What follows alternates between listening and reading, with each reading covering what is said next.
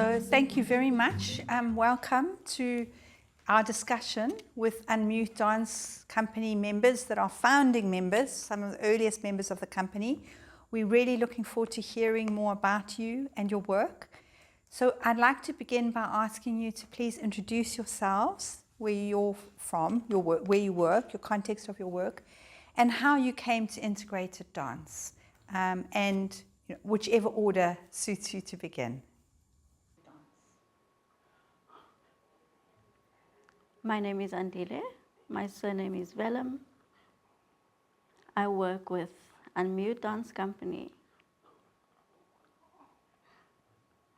What I do in the company, my role is teaching sign language, sign dance, working with schools, performing. Yeah. Hi, my name is Nadine Mackenzie. I'm also one of the co-founders of Unmute. Currently within the company, I perform part-time, mostly, and I'm the current artistic director of the company. My name is Yaseen Manuel. I am a company member of Unmute. I joined the company in 2014, and next year will be my 10th year with the company. I choreograph for the company, I perform, and I direct sometimes. Yeah. Lovely. So if you can each say something about how you came to integrated dance, and whether you would define yourself as someone who has a disability or whether you work with disability.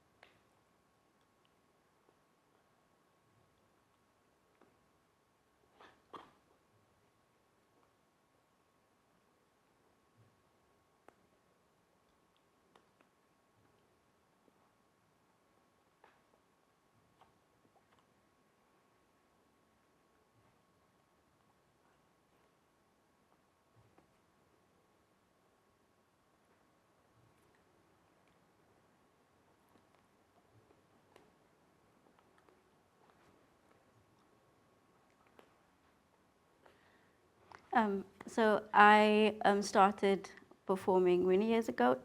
I initially worked with a company by the name of Remix Dance Company, which was also an inclusive dance company, and they closed in 2012. And we then moved on and started Unmute together, and have been working in integrated dance ever since, working in schools and many other communities as well. At Remix, Andile, well, he mentioned that he was the only deaf dancer in the company. A year later, or the same year, I joined the company, and that is when we started working together, and we were the only people in the company with disabilities. Thank you. Do you want to say a little bit about Remix so we can contextualize your position within the company?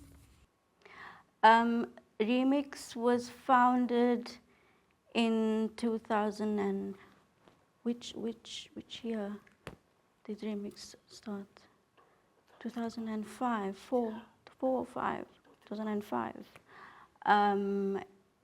And Remix was based in Cape Town, and the company was in existence for I think 15 years. And Andile joined Remix in 2005, I think. I joined in 2006. It was also an integrated company that was founded by Nicola Visser and Malcolm Black. The company was a resident company at UCT for quite a number of years, and then became a resident company at the Baxter Theatre until the company closed down in 2012. I'd say the company's work was quite similar to what we do at Unmute, focusing on integrated work and a lot of community and educational work as well. So a lot of the work that we did at Remix consisted of working with young people in schools, mainly bringing special needs and mainstream schools together. That was the key focus, and not to work with them separately. And of course, performances. And when Remix sadly closed down in 2012, a lot of us were left without work. But for many other dancers, they could audition and find work easily. And it was not the case, especially for me and Andile, living with disabilities, finding work. Back then, as disabled artists, it was not as common as it has become now. So it was a little more challenging for us to find work. But more so, we sat with all this experience in integrated work, and it felt like it was going to waste, or it was a loss in some way, where there were no platforms or spaces for disabled artists to work inclusively. And we started initially Unmute was a project. We started off as a project and created a performance which was choreographed by Andile, also called Unmute, and it was about his experiences as a deaf dancer. And we highlighted the challenges of many disabled people in South Africa or across the world with that work, and the work did well for a year, 2 years, and that's when we decided, let's just make this more full-time. And yeah, here we are, almost 10 years later. Thank you very much, Andile and Nadine. Yaseen, let's hear from you. I actually auditioned for the same company Nadine and Andile was dancing for Remix in 2009, the end of 2009. And before I joined Jazz Art, this was the first company I auditioned for. I didn't have any technical training, but I loved improvisation, and on that audition day we worked a lot with improvisation. And then to find out, after I've joined Unmute, I found out the real story why I was not selected. But Nadine and Andile, they were fond of me the day in the audition room. And I had to come back and ask that question why I was not taken. And then I found out that I needed more technical training. I needed to dance a lot and train a lot more with ballet and doing different genres with another company, Jazz Art. I joined Jazz Art, and then I had a choice between if I wanted to stay at Jazz Art or continue with Unmute. And in 2014, I did my first piece with Unmute, and from there I made a decision, because I mean, I've been dancing, but I wanted to challenge myself more personally and explore integration. You know, dancing with a wheelchair, understanding sign language. I made that choice personally because I wanted to challenge myself mentally. Can I do this? Because I got it.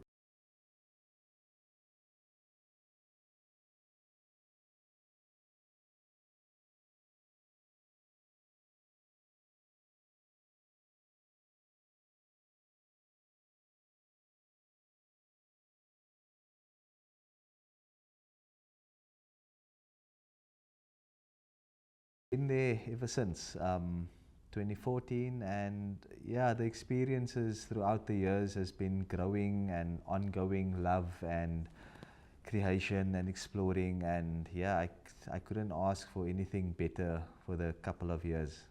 Yeah. That's lovely. Thank you very much. So I'd be really interested in hearing how each of you have evolved your own practice through your work in the company, you know, moving from maybe more mainstream companies into a specifically integrated dance company. So firstly, how that's affected your own practice as a dancer or a choreographer, whatever you see your role or your work as. Maybe we'll start with Yaseen and move back. Individually, over the years that I've worked with Unmute, for example, there's many things I've learned in the company in terms of molding, in terms of approaching work, in terms of learning sign language and how you incorporate that. But on the side, I'm also trying to boil my own kind of language as an artist, as a choreographer, and I'm also trying to explore with myself as in movement and how much I can embody my religion as an artist also with putting that into movement.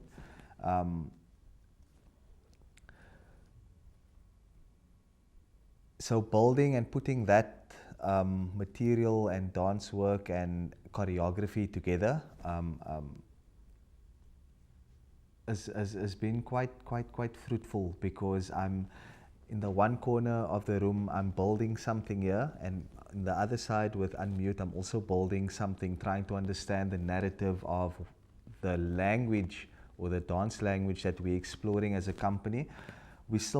We've planted we've planted a seed in the company when it comes to sign dance technique, and as a company we're still busy exploring that side of material, language and choreography, but also in my own personal time as an artist, I'm also creating something. I don't know, I'm probably going to see the fruits of it within 10 years time, but I am all here for patience. I'm not fast tracking my ideas. I'm trying to feel out what it is within my body as we go on.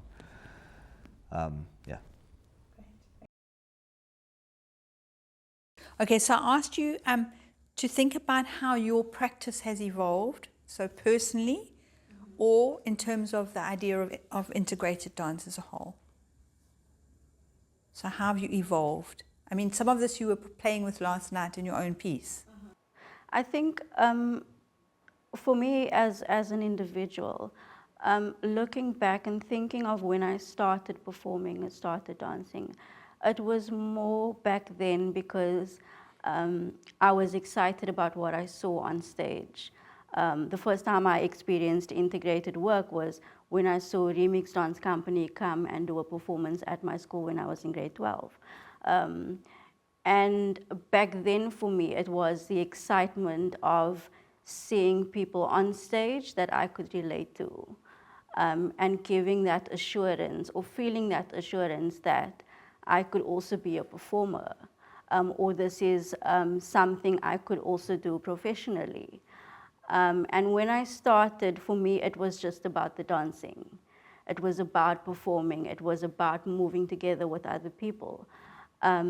And as I grew older and became more, I learned more about the work that I was doing. As hard as it was, I came to the realization that it was not just about performing. It was about sharing our stories. It was about what I experienced when I saw the company perform, where it was about seeing a representation of myself as well. And it's about being that representation for someone else in the audience, or someone that might experience the work or see the work somewhere. So it's also about advocacy. It's about, creating awareness. And those are some of the things that I was not aware of when I started. And that's what the work for me is about right now. It's about years performing, years telling stories, moving together on stage. But it's also giving hope to other people that might not have the resources or experiences or come from places where art is not accessible. So that's what it is for me now. And I think it goes also, you know, with the company, with Unmute, when we started, it was quite clear that, yes, we want to create performance art, we want it to be integrated, and we want to share this kind of work with the world. But again, it's also about, for us, it's one of our key focuses is about creating that awareness and inviting more people in to experience the work and take part in the work. And not just doing a performance, but also how can we engage with the audiences and bring them into our spaces or go into their spaces. So I think in that sense, for me as an individual, but also as Unmute, I think that is where we are at now and where I'm at now also as a performer, and how we can take the work further for the next, I don't know, 10, 15, 20 years to come. Lovely. I'm going to just pick up on something you've said there about engaging audiences, because sometimes disability work is difficult for audiences to watch for various reasons. How do you get audiences to engage with your work? It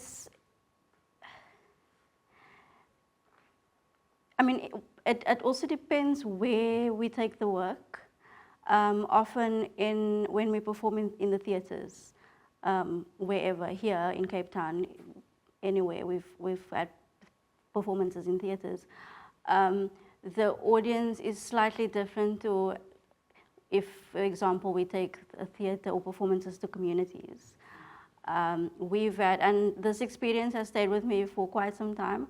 We had performances in an area, in a township area in Cape Town called Khayelitsha a couple of years ago, and we had performances throughout. We walked down the streets of Khayelitsha and had performances. And there was an older gentleman that walked up to us and he was upset. And he said, how can we use disabled people like this? How can we throw the chair around like this? He felt very offended.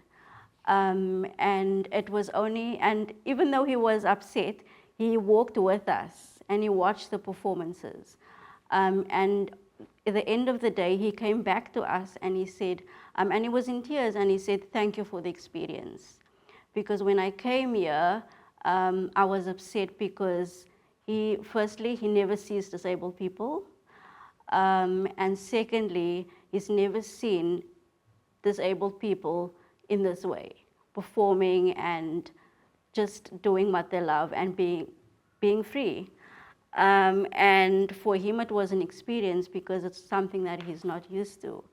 And there was another lady that also shared her story that her neighbor has a disability.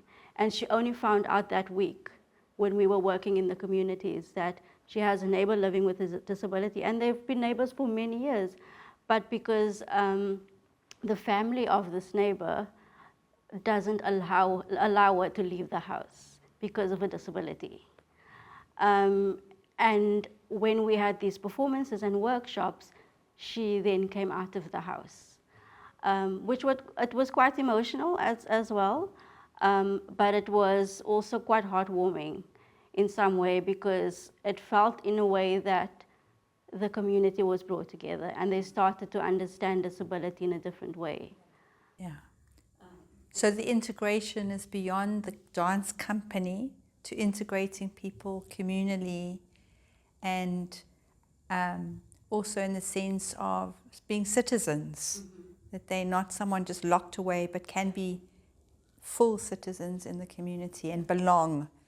So that idea of coming out the house, the idea of coming out altogether is very powerful in the work and lovely. I mean, it's obvious that this is a huge impact of the work that you're doing.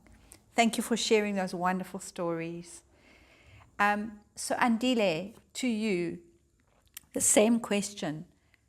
How your practice has developed personally and also in terms of disability dance.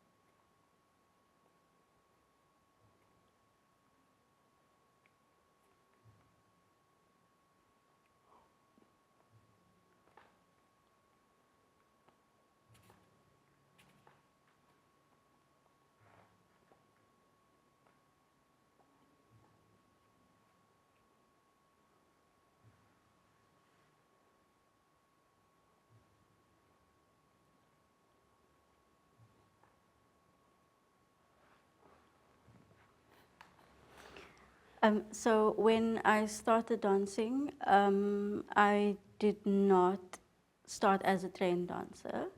I joined Remix, and that's where all the learning and training started. And also working with Nadine and working with the wheelchair, just learning integrated work and how we can work with both our bodies and the chair. It was later with Unmute that we incorporated the sign language within the work, and using personal stories more within the work, as opposed to just, performing and, dancing.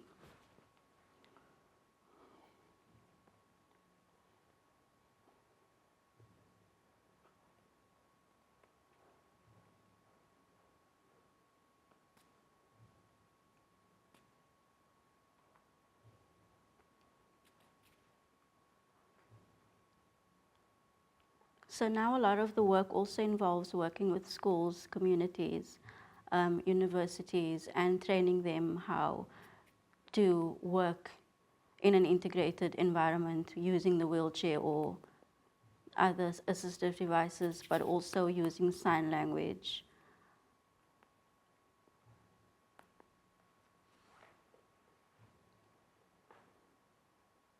So we would have performances where they would watch, and then we would also do workshops.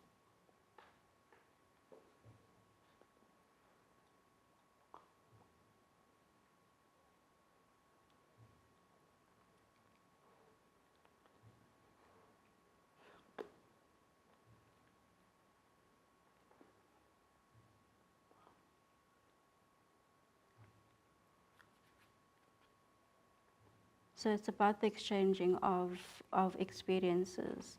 So not only are we sharing the work, but also having the audiences become more aware and learning about this way of working. And it's slowly developing in South Africa, well, in the whole of Africa.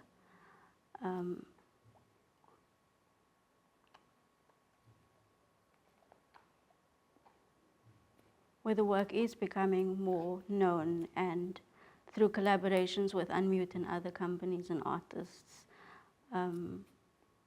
this way the work has also developed.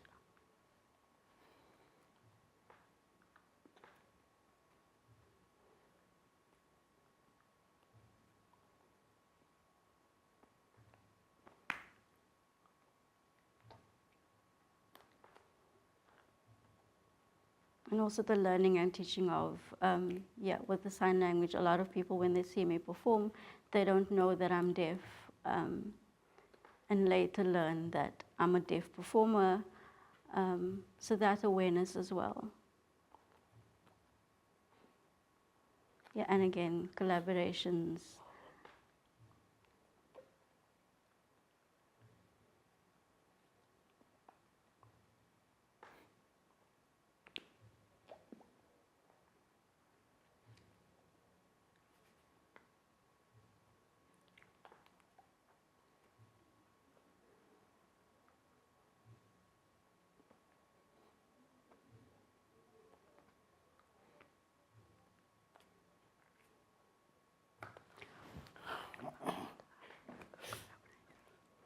Also just touching on our experience working with Leanne's company, Flatfoot. We did a collaboration together a few years ago, where we also used quite a lot of sign language, and that was a beautiful exchange as well.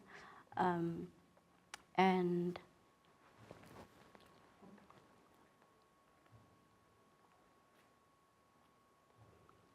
the collaboration and working together.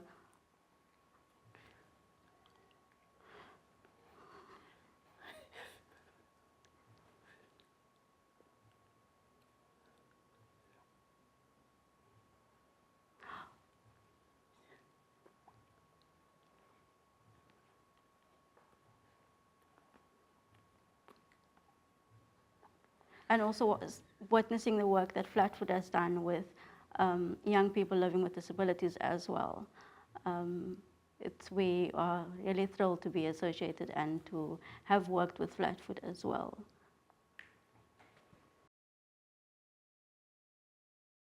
So you were referring to the impact of your collaborative work with Leanne Lutz and Flatfoot Dance Company, and how that also helped progress the work.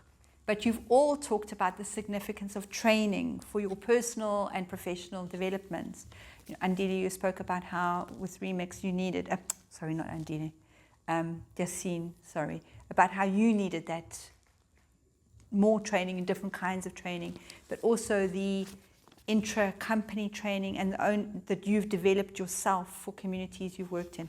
So maybe talk about some of the challenges of accessing training, but also modes of developing, that you are approaching developing the idea of training for young dancers.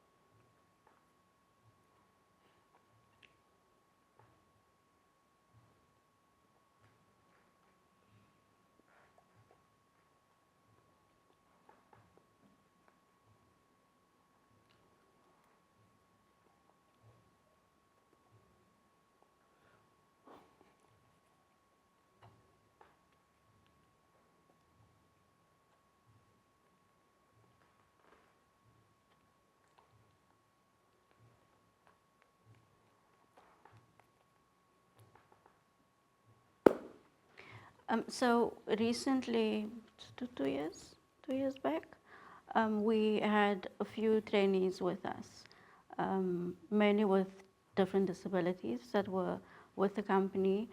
And because training in integrated work is such a complex thing, especially in South Africa, well, everywhere, where there's no formalized training for inclusive work.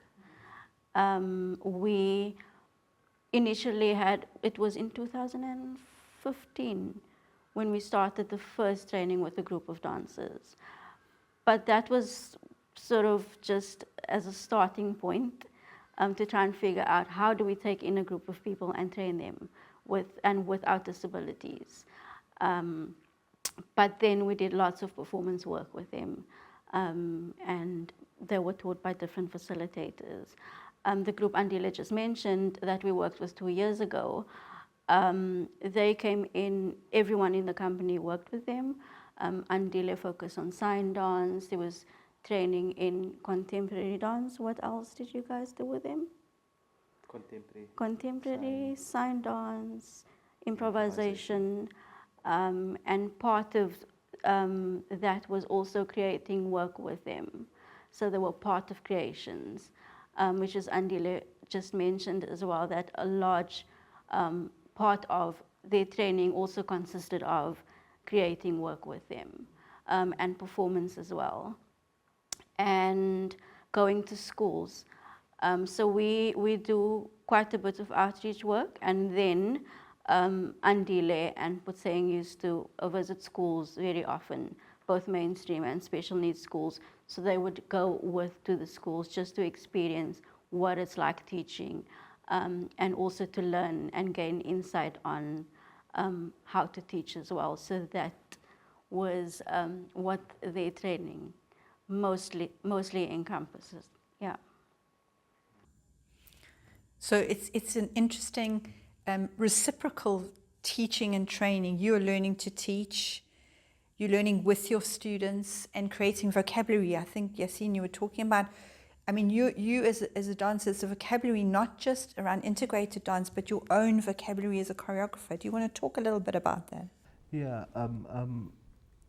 you know, everything inside of Unmute, we trying to develop ourselves as we go. So like Andile's mentioned, there's no formal training in integration, but we're trying to access those points with collaborating, networking, speaking to people, understanding other people's process, so that we could also come and have our own little research within the company. And I always mention to Nadine that also we're not going to dance forever. So whoever we get, whoever we find, whoever we pick up, we try and train them and try and feed them with information so fast so that we can have the next Andile, we can have the next wheelchair dancer, you know. And with the past trainees that just finished, they were training with us for 1 year, and they can't always do what you do. So when I'm standing in front and I'm instructing a certain movement, my understanding coming in as an able-bodied dancer, that I adapt myself to the motion of a wheelchair user. So we don't necessarily do the same thing. So if I'm doing a shift with a leg and I see the adaptation of the wheelchair dancer doing a shift with the arm, I would adapt and I change my movement, and especially when we're creating, because Nadine, she can't turn as fast as I can 3 times, for example. So she do 1.5 or 2, but then I'd go back and adapt and meet somewhere in the middle, in terms of creating. And it's, I think that is still what we're trying to develop, you know, as a company. And when it comes to training, we're chatting, we're speaking a lot, we're trying to understand it still, you know, even though we've been with the company for so long, we're still trying to understand it. And it's really good picking up, you know, and even seeing us working with other companies. I'm going to use Flatfoot for example, because we are here. When they teach a class as well, me standing on the outside, I'm also learning and seeing how adaptive Nadine and Andile is to other people's teaching, and what we can also learn from that. So you take a little bit here and there and here and there, and then, you know, put it inside the suitcase and then go home and then unfold whatever it is that we've learned also as a company. So you're building vocabulary, you're building capacity and skill, and you're also building sustainability for the future, which is really interesting. Thank you. So I think a question then is, how do you attract those dancers? You've said a little bit of outreach work. Is that how you get the dancers to come and work with you? So this is the challenging part. I think what Yaseen just mentioned is that we won't be dancing forever. And what we've tried to do with the young people that have come to Unmute is that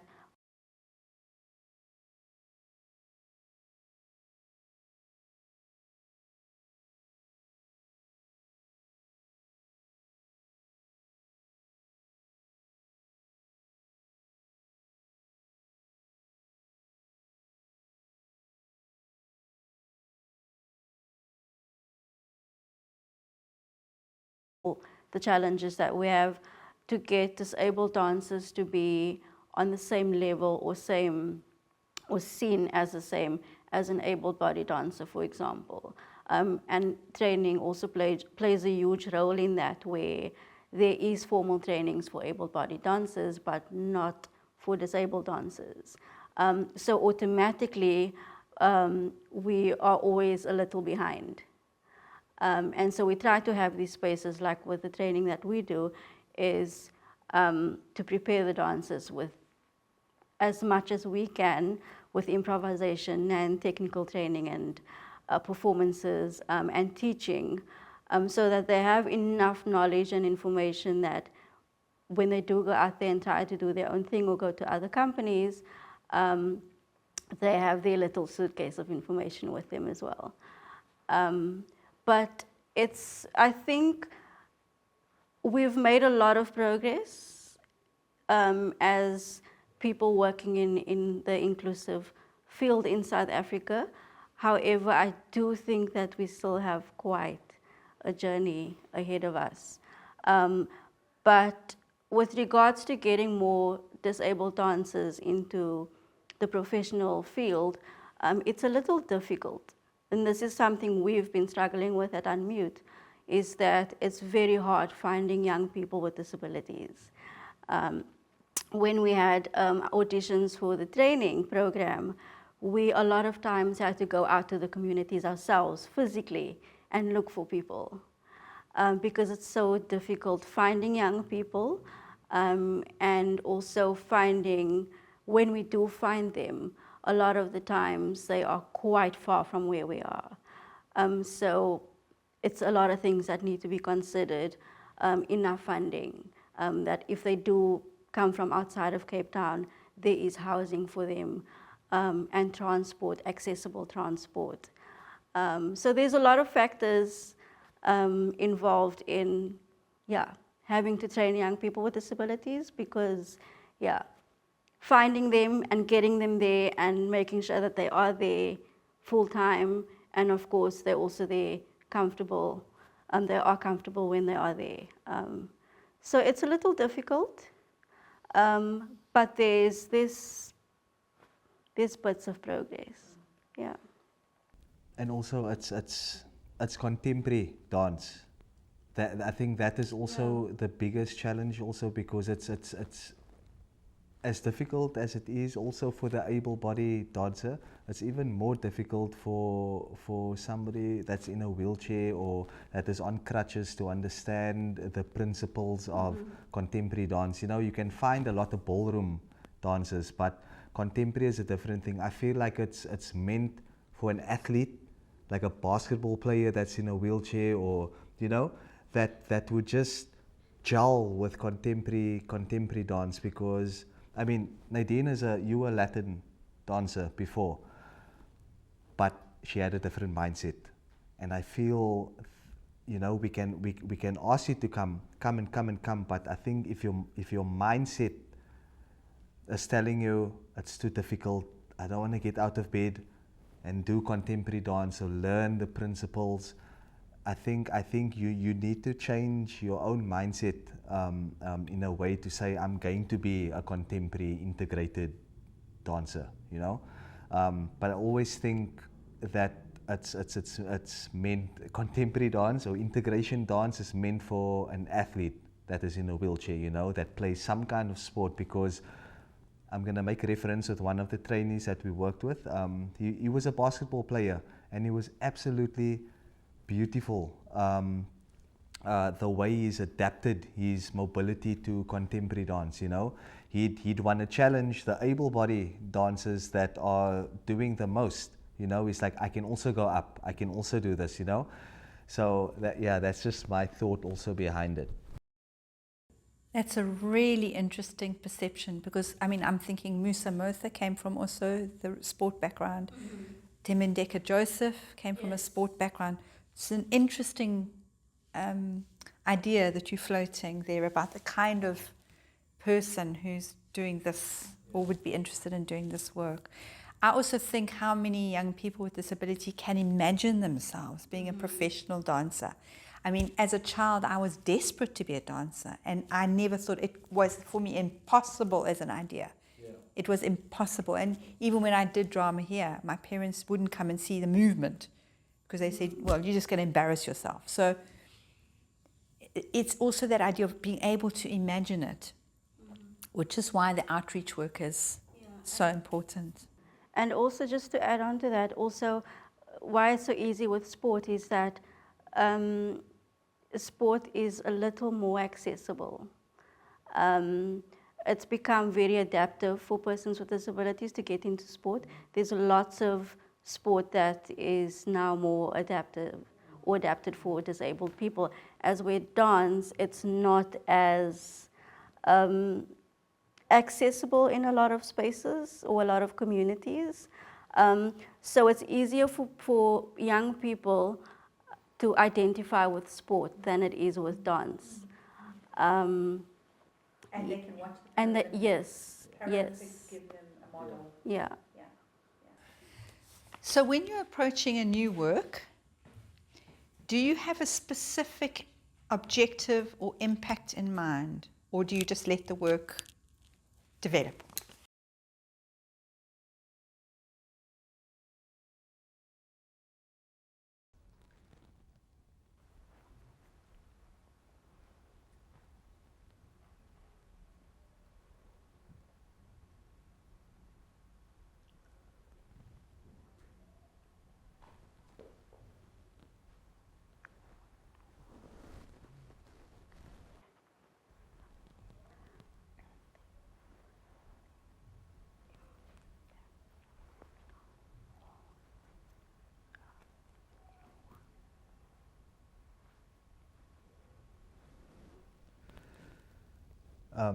I think for just how the company works, sometimes we develop an idea along the way or coming from conversation. We remember the thought and we kind of like we write it down as in terms of concept. And also sometimes developing or creating a work speaks to we create it, or it comes when there's a feeling happening. Could be different feelings, different emotions, whether we'd want to remember somebody or so. Conceptually, when we are in the creation process, I think we know what the concept is. And we just allow the bodies in the space to, I mean, we never know where we're moving from as a company when we get into the space. But we do question a lot of things. So what happens if I go left? Why am I going left? And it gets a bit crazy sometimes because all of us are chipping in. Why are you doing that? But why are you sitting? But if I'm standing, how are you getting up? You know, lots of questions. But the process is enjoyable. Sometimes, I mean, we do struggle sometimes with an outside eye because we are all choreographing, we all kind of directing in the space whenever we're in a space. Conceptually, I don't know how much of an impact the company always has when that question happens. It comes a lot, and I never know how to answer the impactful question, what we do to our audience also on the outside. But I know as also to try and stay true to Unmute's essence, where the work is physical, the work is risky. It can be such a soft or subtle concept, but we still want that physicality or that risk in the studio when we're creating and that kind of thing. Lovely. Yeah. Lovely. And then, sorry, Andile.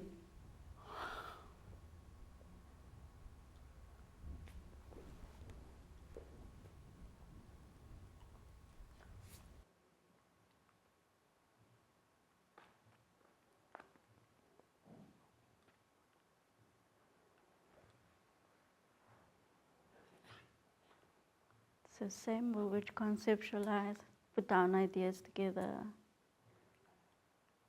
Then we'll go to the studio and explore these ideas and concepts. And we do take turns to sit in and out. So some of us would sit out and work from outside and then jump back in.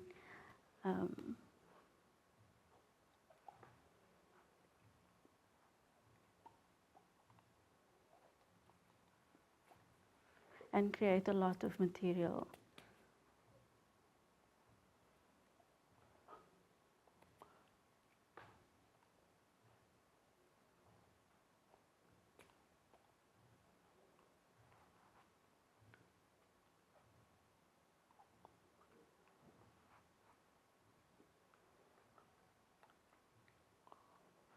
And at times we'd also invite people from outside just to sit in and give us feedback and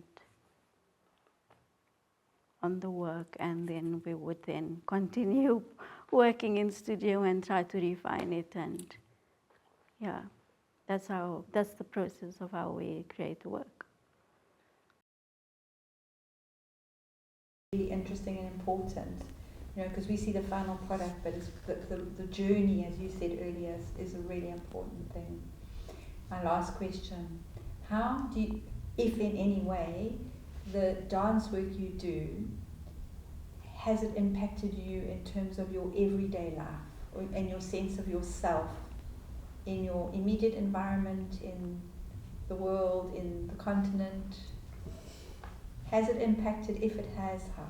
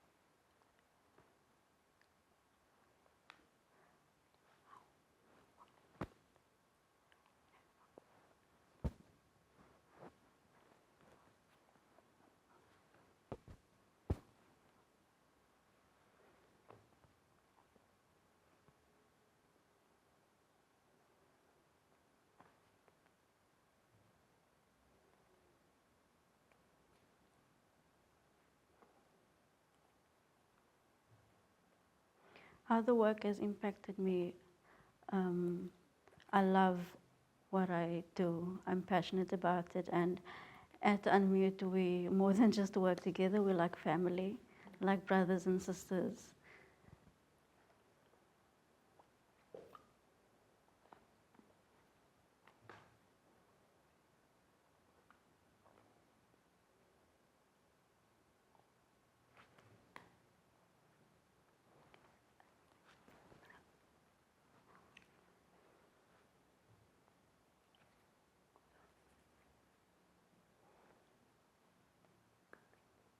And hopefully the young people that we train and work with, that they would continue the work we do when we are all old one day and can't continue dancing. That they take these experiences from us and continue with it.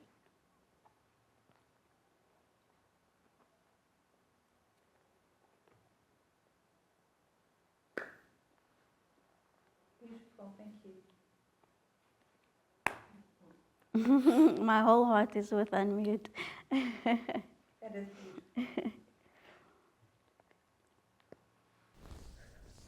beautiful. As a company, Unmute, I hope that we, you know, that we can keep inspiring and impacting the schools like we've been trying to do. I hope I myself as an individual could also be a role model to the idea that we're trying to create. We're not forceful on it. We're not trying to be an explosive impact out there. But I think, what are we trying? I think we're just trying to dance and show the beauty of two sides, you know, and we're trying to integrate it. And yes, you are in a wheelchair, or yes, you are on crutches and stuff and whatever, but we are equality. That is the word I was trying to get to, in a movement kind of sense inside of a studio. And not to say that you cannot dance with me, your dance is not for me, that kind of thing. And to inspire that way as a company, what's happening on the outside, and it doesn't impact me personally also, but from a company's side, I mean, Andile might feel differently, how he's viewed on the outside, the company, and what kind of impact he's making individually, and the same goes for Nadine. But yeah, as a company, that is what I aspire to do, as to inspire. Whether it comes now, whether it comes in 10 years' time or so, I don't know what I'm doing or what I'm trying to do on the outside, but that's what I'm hoping for.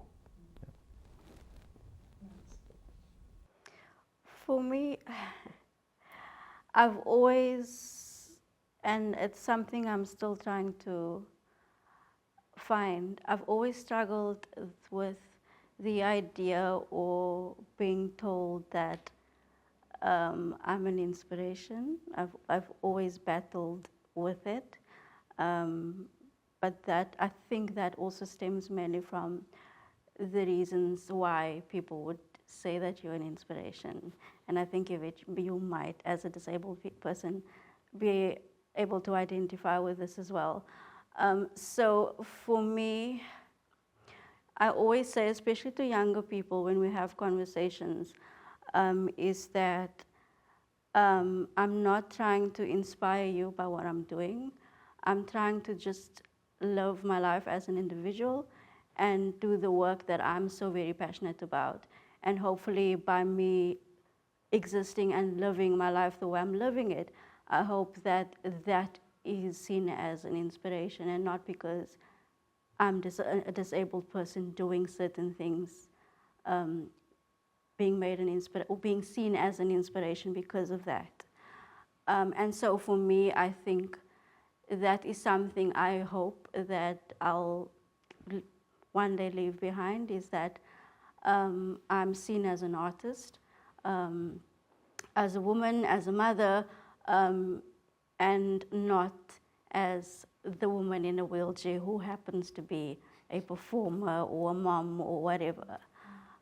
So that is something I hope to leave behind, yeah. Thank you. These are very profound thoughts, and they're important. And it's also important to note that you do the whole range, from workshops with young people, community outreach, training, interns, performing, but also your Arts Ability Festival, which of course creates a kind of critical mass of work as well. And critical mass is really important for visibility. And it's part of what this network is trying to do, is connect people, companies, individual artists, companies from different parts of the world, to share work, to argue with each other, to have different approaches, and to be first and foremost artists. Never mind all the other reasons, and the challenges of being the artist. So I think you're playing a very important role in this landscape of new contemporary dance that's creating new vocabularies because of the people that are doing the work. So I think for the field of contemporary dance, it will impact in a particular way by virtue of the people doing the work. So thank you for taking the time to share some of your process, your experiences, your stories. We really appreciate that, and the work you're doing, and we hope you keep doing it for 30, 40 more years. Thank you. Thank you for having us.